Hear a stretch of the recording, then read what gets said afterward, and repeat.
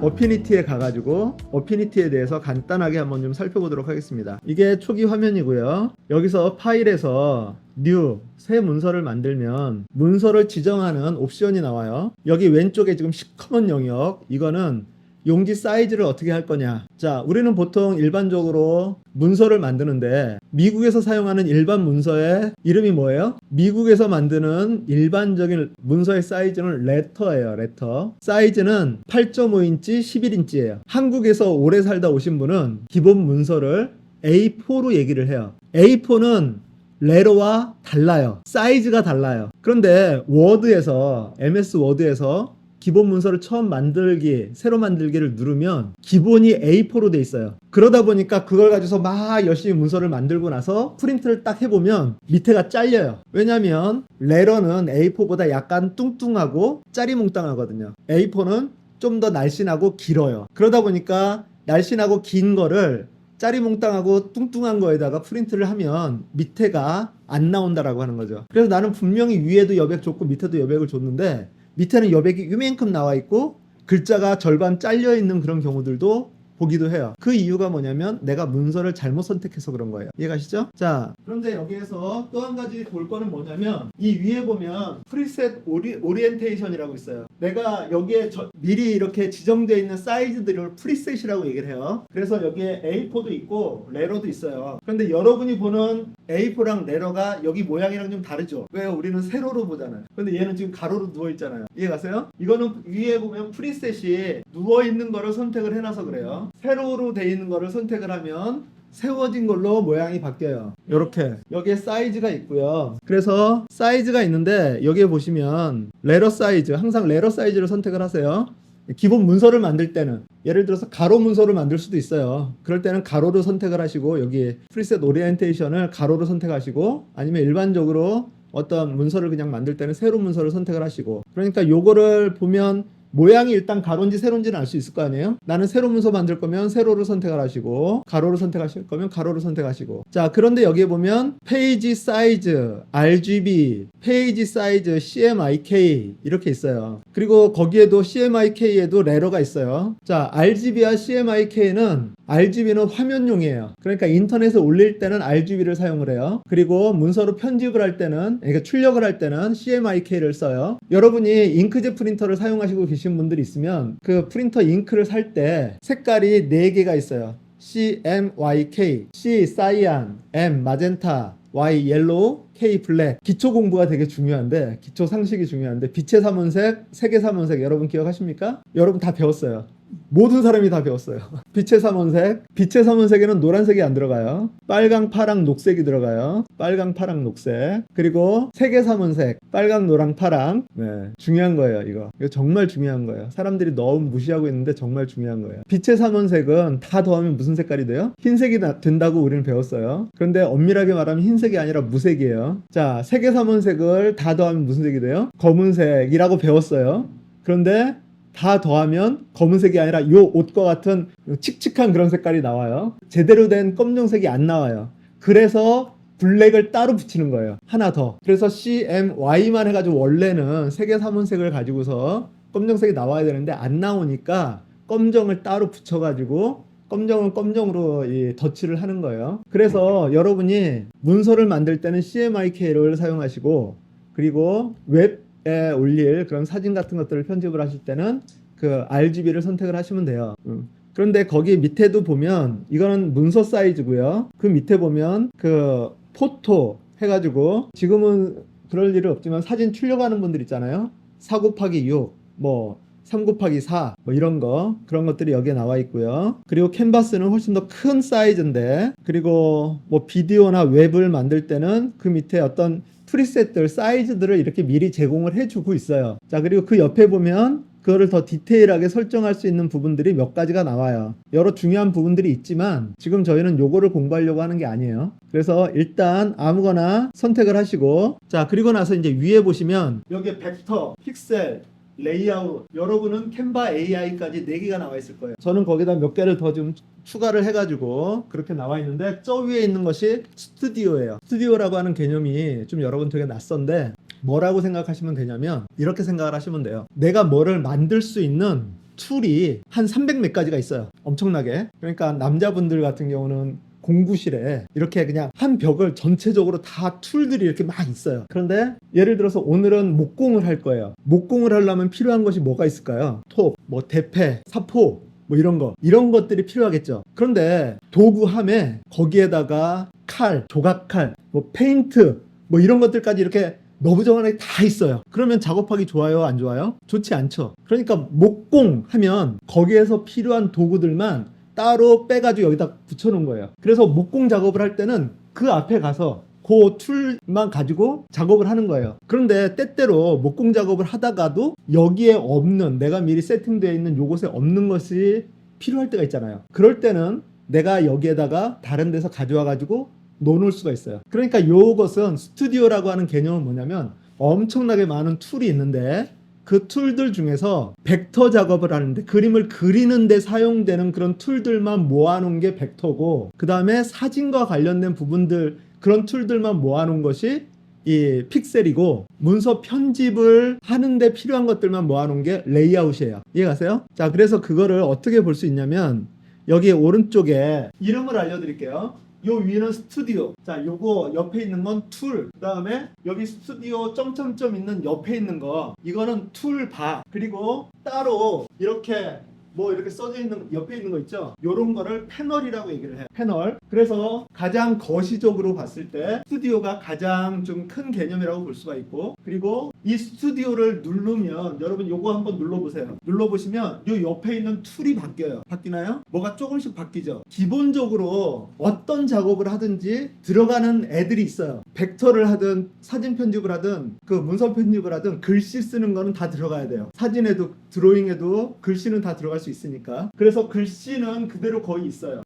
요런 거. 그런데 상황에 따라서 여러 가지 툴들을 여기서 얘네들만 모아놓은 거예요. 자, 그래서 거기에 밑에 보면 점점점 있죠? 점점점을 한번 눌러보세요. 그러면 얘네들이 어피니티 스튜디오에서 제공하는 모든 툴이 여기 다 들어있어요. 아까 얘기한 것처럼 벽 하나를 가득 채울 수 있는 그런 툴들이에요. 엄청나게 많아요. 만약에 이런 수십 가지 수백 가지의 툴들을 놓고 내가 뭐를 하려고 하면 그거 하나 이렇게 찾아야 되잖아요. 이게 어딨더라, 이 툴이 어딨더라, 이렇게 찾아야 되잖아요. 그래서 그것을 스튜디오별로 따로 묶어서 기본적으로 이 사진 작업을 할 때는 이런 툴들은 기본으로 쓰더라 해서 이렇게 묶어놓은 것이 스튜디오다, 이렇게 이해하시면 돼요. 그러니까 얘네들이 다 뭐 별도의 프로그램이 아니라 그냥 전체 툴들 중에서 요 파트 묶어놓은 거다라고 생각하시는 거예요. 이해가시죠? 그리고 마찬가지로 스튜디오를 바꿀 때 왼쪽에 툴뿐 아니라 오른쪽에 있는 툴바도 바뀌어요. 그래서 벡터를 누를 때는 뭐 이렇게 몇 가지 없었는데 픽셀을 누르면 또 다른 것이 생기고,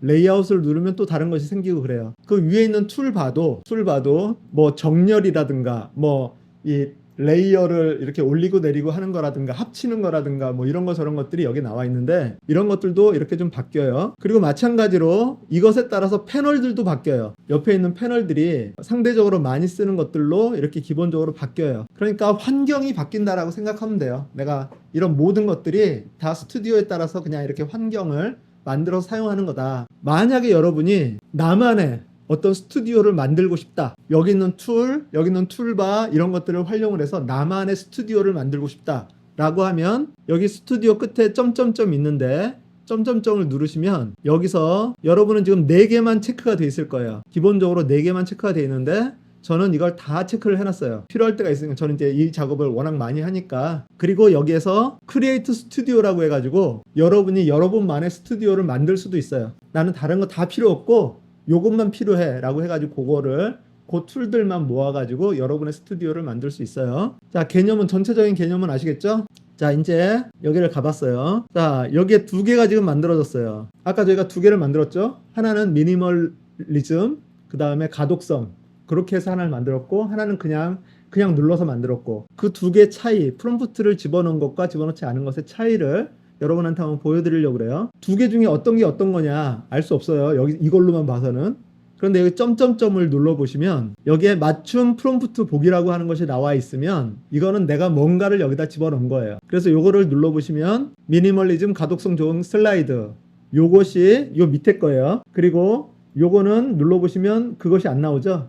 프롬프트가. 그러니까 요거는 그냥 누른 거예요. 자, 그러면 그냥 누른 것부터 한번 보도록 하겠습니다. 이걸 누르고 여기서 플레이 버튼을 누르시면 슬라이드 쇼를 이렇게 보실 수 있어요. 아, 멋있죠? 자, 출시일 25년 10월 30날 맞아요. 이날이 저희가 정말 충격적인 날이었어요. 자, 그리고 독립된 앱에서 하나의 거대한 생태계로 해가지고 이렇게 만들어줬어요. 자, 파편화되어 있던 3개의 프로그램을 하나로 만들었다. 개인 무료, AI 기능은 유료다. 자, 그리고 스튜디오 시스템, 방을 옮길 필요 없이 거대한 작업실, 아까 얘기했죠. 스튜디오라고 하는 개념을 통해서. 그리고 자, 이미지 트레이스, 이 기능 정말 좋아요. 네, 이렇게 그 깍두기처럼 이렇게 그림이 희미한 거를 이렇게 벡터로 바꿔주는 기능이 있어요. 대단히 대단한 기능이에요. 대단히 대단한 기능. 자, 그리고 픽셀 스튜디오, 아까는 이거는 벡터 스튜디오고 픽셀 스튜디오, 그다음에 레이아웃 스튜디오, 그리고 캔바 AI 스튜디오, 이런 이 고급 기능이 있다. 그다음에 이런 것들이 있고요.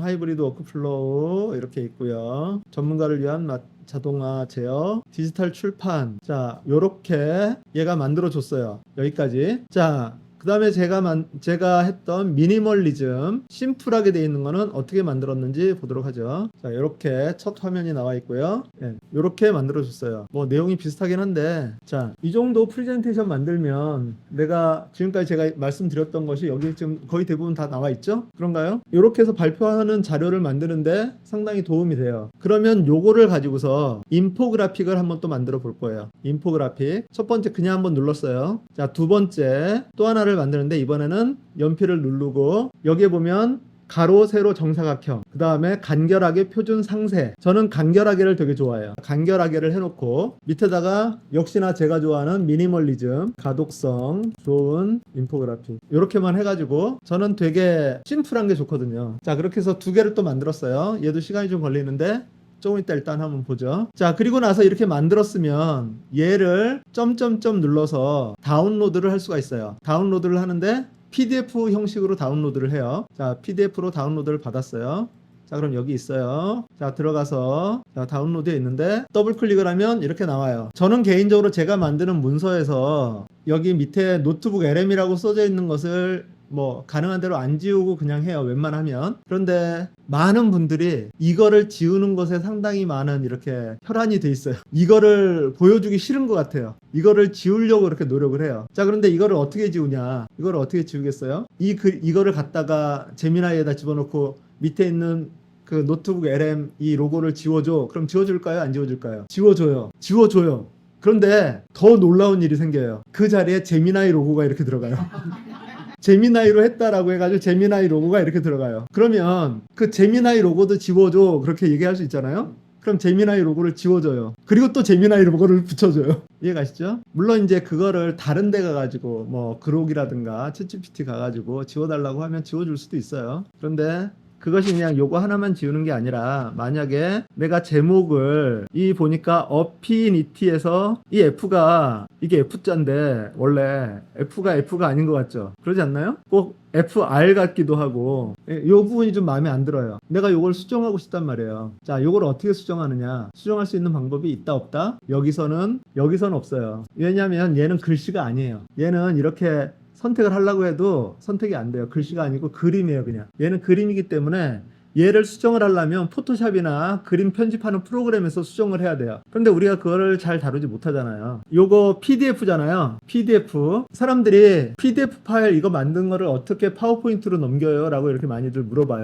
PDF 파일을 파워포인트로 못 넘겨요. 열 수가 없어요. 이거를 파워포인트로 넘기려면 어떻게 해야 되냐면, PDF 파일에 있는 각 장의 슬라이드를 다 별도의 그림으로 내보내기를 해가지고 그 그림을 가지고서 파워포인트에다가 하나씩 이렇게 넣어줘야 돼요. 너무 힘든 작업이에요. 자, 그런데 이제 저는 개인적으로 PDF 프로그램 중에 UPDF라고 하는 프로그램을 써요. 이건 유료예요. 유료에서는 여기서 도구에서 보면 얘를 바로 파워포인트로 바꿔주는 그런 기능이 있어요. 파워포인트로 바꿔주는데 거기에다가 이게 재생 전용이냐 아니면 컨텐츠를 수정할 수 있도록 하느냐라고 하는 것이 있어요. 그래 컨텐츠 수정 가능을 이렇게 해서 OCR 텍스트 인식을 눌러서 이렇게 해주면 얘가 파워포인트로 넘기면서 글자 중에 어떤 것들을 수정할 수 있도록 그렇게 OCR로 해서 만들어줘요. 그거는 얘 기능인데 중요한 거는 뭐냐면 저는 그걸 안 써요. 왜냐면 이거는 내가 100글자 중에 뭐 10페이지 중에 한두 글자를 고치려고 하는데 모든 것을 다 여기 파워포인트 나와 있는데 이걸 열어보시면 지금 저는 요거를 하나 고치고 싶단 말이죠. 그래서 이렇게 해서 고칠 수 있어요. FF. 근데 이 폰트 자체가 그래서 어쩔 수가 없는 것 같은데 그런데 다른 것들이 폰트가 다 이렇게 밍밍하게 이상하게 바뀌어요. 얘는 그래도 깔끔하게 돼 있는데 얘는 이렇게 바뀌니까 글자를 내가 원하는 걸로 이렇게 또 다 맞춰줘야 돼요. 그러면 또 여기에 이게 틀려 있죠? 그럼 요것도 이렇게 수정을 해야 되고 그러니까 다른 건 다 마음에 들고 요거 하나만 마음에 안 드는 부분인데 그것 때문에 전체를 다 건드려야 된다라고 하는 그런 단점이 있어요. 그래서 저는 이걸 안 써요 개인적으로.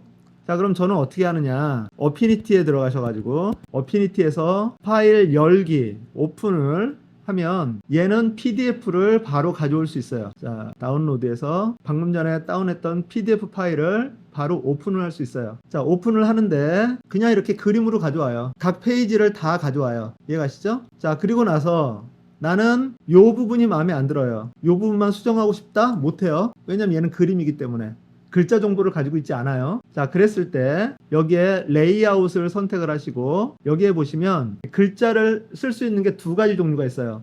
레이아웃에서 하나는 글자 곁에 사각형이 있는 게 있고 하나는 그냥 T자라고 해서 글자 자체만 있는 게 있어요. T자로 써져 있는 거는 내가 그냥 글자만 치는 거고 이 위에 있는 거는 글 상자를 만들어서 그 안에다 글자를 집어넣는 거예요. 자, 글 상자를 만들어서 여기에다가 하나를 이렇게 그려줘요. 그 다음에 여기다가 어피니티 스튜디오 V3 땡땡. 자, 많은 분이 여기 틀렸으니까 요거만 고치려고 하는데 그러다 보면 전체적인 균형이 틀어져요. 그러니까 한 줄을 그냥 웬만큼 다 쓰는 것이 좋아요. 자 이렇게 해서 여기에 보시면 캐릭터라고 하는 패널이 있어요. 캐릭터라고 하는 패널에서 폰트를 지정을 해줄 수가 있어요. 보통 이거랑 딱 맞는 폰트는 노토산스라고 하는 폰트예요. 노토산스 KR. 노토산스 KR은 구글에서 만든 한글 그 폰트예요. 구글 폰트에 들어가시면 무료로 다운받을 수 있어요. 자, 그래서 요거를 선택을 하시고 크기를 적당하게 키워주시고 그리고 여기에 보면 서체 이게 일반체, 중간 두꺼운 거 이런 것들이 나와요. 그래서 뭐 블랙체 이렇게 하고 대충 크기를 한번 맞춰 보시는 거죠. 약간 작으니까 좀 더 이거를 요 정도 72 정도 아니 좀 더 하는 게 좋을 것 같아요. 직접 여기서 타이핑을 할 수도 있어요. 80 자, 요 정도를 해놓고 딱 보면 여기에 없어졌죠? 글 상자를 넘쳤어요. 그랬을 때는 글 상자를 이렇게 키워주시면 돌아와요. 자 그런데 나는 요 사이즈가 딱 좋아요. 그러면 얘를 전체 선택을 해가지고 여기서 여기 밑에 보시면 가로 이 비율을 줄일 수 있어요. 그래서 지금 100%로 돼 있는데 이거를 뭐 90 또 그 자간 글자 사이의 간격을 좀 이렇게 줄여주시면 그러면 대충 이 정도면은 맞을 것 같죠. 자 이렇게 해서 얘를 이제 크기를 요만큼 줄여주시면 그리고 요 위에다 이렇게 얹으면 밑에 게 사라지면 좋겠는데 안 사라지잖아요. 왜 그러냐면 이게 투명하니까 글 상자가 투명하니까. 자 그럴 때는 요 캐릭터 옆에 보면 프레임이라고 하는 게 있어요. 글 상자와 관련된 부분이에요. 글 상자의 배경색을 요 색깔과 맞춰주면 돼요. 그런데 이게 딱 하얀색일 수도 있고 요게 하얀색이거든요. 근데 보니까 약간 미묘하게 차이가 나죠. 자 그럴 때는 여기 위에 스포이드가 있어요. 스포이드를 눌러서 요 옆에를 딱 찍어주시면 그 색깔로 들어가요. 물론 지금 얘는 세로줄이 있고 가로줄이 있어가지고 완벽하게 이렇게 하지는 못하고 있지만 그러나 요 선을 없애면 선이 없는 거라면 깔끔하게 이게 들어간다라고 하는 거예요. 저는 이제 보통 어떻게 하냐면 이것도 여기 프레임에 보면 여기에 여백을 주는 게 있어요. 그래서 여백을 다 한 뭐 5포인트 정도 주면 이게 크기를 이제 좀 맞춰줘야죠. 이렇게 하면 좀 여유 있게 가려질 수가 있어요. 이런 식으로. 그리고 지금 파란 선이 있어가지고 잘 안 보이는데 컨트롤 W를 누르면 그 안내선을 가리고서 이렇게 볼 수가 있거든요. 자 그럼 이렇게 수정을 하는 거죠. 마찬가지로 여기 밑에 있는 것도 여기에 보면 툴 중에 네모 가 있어요. 네모 툴, 렉탱글 툴을 누르면 그 밑에 여러 개가 나와 있는데 여기 QR코드 만드는 것도 있어요. 그래서 QR코드 많이 사용할 수 있고요. 자, 요거를 클릭하셔서 네모를 이렇게 선택을 해주시고 또 색깔이 약간 다를 거니까 여기에 컬러, 그 텍스트는 텍스트 안에서 컬러를 선택을 하고 이런 이 네모라든가 이런 것들은 여기 컬러에서 그냥 선택을 해요. 컬러에는 앞에 있는 게 있고 뒤에 있는 게 있어요. 앞에 있는 게 면 색깔이고 뒤에 있는 게 테두리 색깔이에요. 자, 그래서 면 색깔을 포이드 쭉 가져와서 요 근처 걸로 딱 누르면 이렇게 지워줄 수가 있겠죠. 자, 요런 식으로 해가지고 내가 원하는 그런 편집을 그 부분만 하면 되는 거예요. 이해가시죠? 자, 제가 아까 인포그래픽을 2개를 만들었는데 이것도 마찬가지로 더보기를 누르시면 맞춤 프롬프트가 있으면 제가 뭐를 집어넣은 거고 그렇지 않은 거면 일반이에요. 자, 요거는 기본인 거예요. 기본 상태로 그냥 한 거예요. 요거를 눌러보시면 대단히 화려하게 이렇게 나와요. 멋있죠? 이런 거를 만들어줘요. 자, 반면에 제가 미니멀리즘으로 만든 거는 심플하게 나와요. 자, 제가 요거를 좋아하는 가장 대표적인 이유는 간결하게 심플하게를 해놓으면 오타가 별로 없어요. 자, 그런데 아까 얘 같은 경우 잘 보시면 멋있어 보이기는 하는데 별도의 앱 실행 없이 벡터 픽셀 이렇게 나왔고요. 그리고 무한 좀, 도홍, 벌더 이렇게 나와 있어요. 그러니까 이게 기본일 때는 글자가 많아지면 오타가 생기는데 제가 지난번에도 얘기한 것처럼 오타가 주로 어디에서 생기냐면 왼쪽 위에서는 별로 안 생겨요. 근데 오른쪽으로 갈수록 밑으로 내려갈수록 얘가 흩어지기 때문에 그 LLM을 우리가 질문한 문서를 만들듯이 얘가 그림을 만들어요. 그러니까 이게 점을 얘가 그 관련성에 의해서 점을 다 알아서 그냥 찍는 거예요. 글자를 쓰는 게 아니라. 그렇기 때문에 이런 오타들처럼 보이는 현상들이 나타나요. 자, 그럼 요것도 다운 받아가지고 마찬가지로 오타 있는 부분 아까 그 어피니티에서 가져다가 글 상자를 놓고 그 폰트 크기 맞춰주고 배경색을 얘랑 똑같은 색깔 주변 색깔로 맞춰서 그렇게 이제 수정을 해서 사용을 할 수 있죠. 그런데 이 기본으로 해놓은 거는 수정할 게 너무 많아요. 특히나 저같이 좀 성격이 좀 괴팍한 사람들 같은 경우는 이게 그냥 짜잘한 것도 좀 못 넘어가면 거의 어떤 경우는 대부분 이거를 다 수정을 하게 되는 그런 경우들도 있어요. 자, 참고로 한 가지만 알려드리면 얘를 다운을 받죠. 그리고 이게 잘 될지는 모르겠지만 제미나이 구글닷컴 들어가가지고 다운로드, 이게 방금 전에 그 인포그래픽 다운 받은 거거든요. 얘를 여기다 집어넣어요. 그리고 나서 여기서 글자 수정해 달라고 그렇게 제발 하지 마세요. 제대로 안 돼요. 그리고 여기서 작업을 하면 해상도가 줄어들어요. 그러니까 더 좀 나중에 상태가 안 좋아져요. 차라리 내가 이 그림만 만약에 사용하고 싶다 그럴 때는 첨부 사진에 텍스트를 모두 삭제해줘, 이런 식으로. 그러면 어떤 경우 여기에 텍스트를 싹 삭제하고 그림들만 이렇게 만들어주는 경우들이 있어요. 여기 참고로 나노바나나로 사용을 하셔야 되고요. 별로 안 바꿔줬네요. 이건 너무 좀 복잡해서 그런가.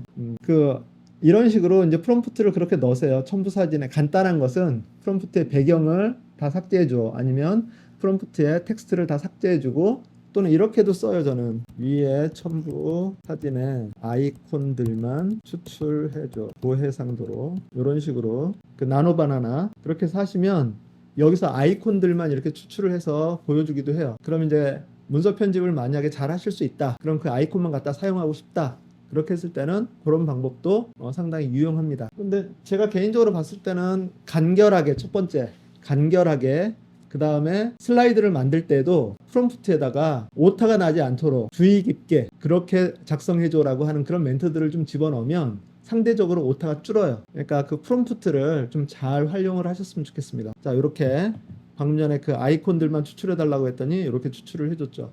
자, 그리고 이거를 복사를 하고, 저는 어피니티가 유료 버전이에요. 자, 이렇게 집어넣은 상태에서 픽셀에 가서 여기 리무브 백그라운드 이렇게 하면 하얀색이 싹 없어지고, 그래서 여기에서 얘네들 하나하나씩 따로 저는 이렇게 사용할 수가 있어요. 요거를 복사를 해서 만약에 이런 데 가가지고 붙여넣어도 아까 원래는 여기 뒤에 하얀색 배경이 있을 텐데 하얀색 배경 없이 이런 기능이 유료 버전에 들어가 있는 거예요. 그러니까 이런 것들이 또 되게 유용할 때도 있어요. 그러니까 여러분들이 기본적인 것들은 다 무료니까 그걸 가지고서 한번 좀 트라이를 해보세요. 그리고 요것도 지금 제가 지난주서부터 이메일에 계속 시리즈로 지금 계속해서 나가고 있어요.